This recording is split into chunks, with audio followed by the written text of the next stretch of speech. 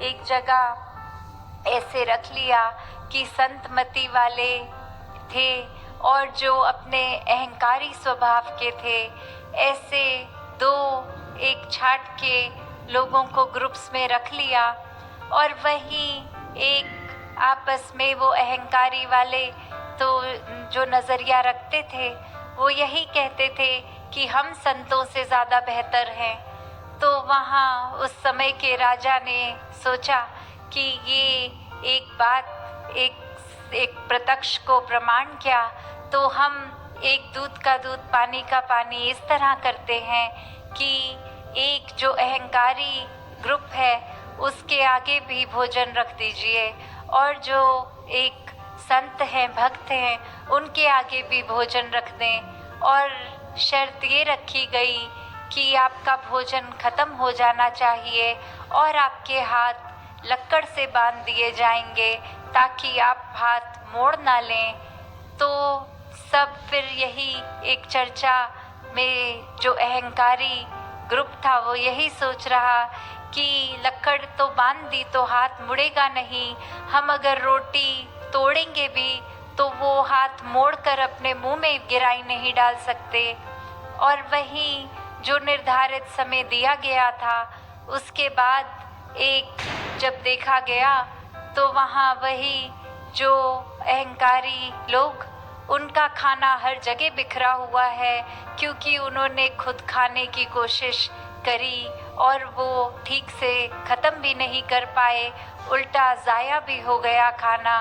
और वहीं संत भक्त जहाँ थे उन्होंने बहुत आराम से प्यार से खाने की रोटी तोड़ के अपने सामने वाले के मुंह में डाल दिया। उस प्रकार बहुत ही सफाई से जहाँ खाना भी ख़त्म हुआ वहाँ एक दूसरे को पहल दी, ये मान के कि सामने वाला परमात्मा का ही एक रूप है। तो कैसे एक सेवा रूप में वो स्वयं रोटी नहीं खाई, सामने वाले को खिलाई और सामने वाले ने भी खुद नहीं खाई, अपने सामने वाले को खिलाई। तो बात वही कि ये सोच कैसे बदलती है, ये भाव मन के कैसे बदलते हैं।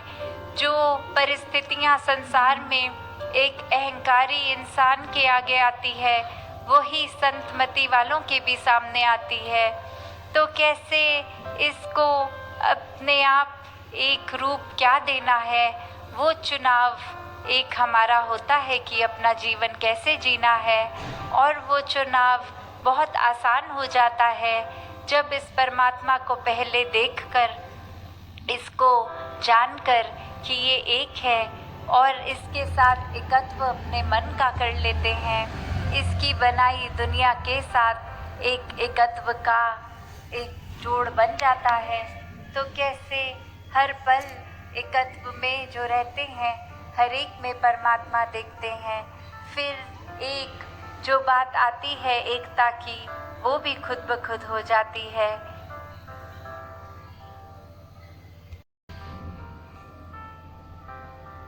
अगर एक आँख में अपने ही पलकों का बाल चला जाता है तो आँख बहुत कठिनाई सहती है, वो बहुत इरिटेटेड रहती है।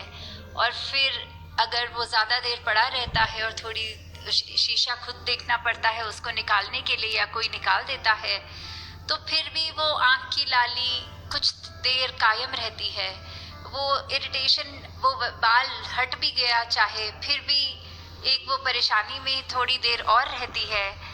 तो वो जो जड़ है वो तो ख़त्म हो गई, पर एक उसके आफ्टर इफेक्ट्स होते हैं। ऐसे ही एक हम सबके पास जो है हमारे बोल हैं, तो कैसे हम अगर किसी को हर्ट करने के लिए कोई कठोर वचन बोल भी देते हैं और उसके बाद खुद को रियलाइज़ भी हो जाता है तो अपॉलॉजी कर देते हैं, कुछ सॉरी बोल देते हैं, या कोई कर्म ऐसा कर बैठते हैं जिसकी बाद में माफ़ी भी मांग लेते हैं दूसरे से। फिर भी कैसे वो रूट कॉज तो ख़त्म भी कर दिया हमने कि कुछ गलती हुई, एहसास हुआ, माफ़ी भी मांगी, पर उस दूसरे व्यक्ति के दिल तक तो वो चोट आफ्टर इफेक्ट के रूप में भी रहेगी। तो कैसे हमने हर एक के मनों में सिर्फ एक पॉजिटिव जगह बनानी है, अपने बोलों से सिर्फ मीठे वचन, अच्छी बातें ही बोलनी है।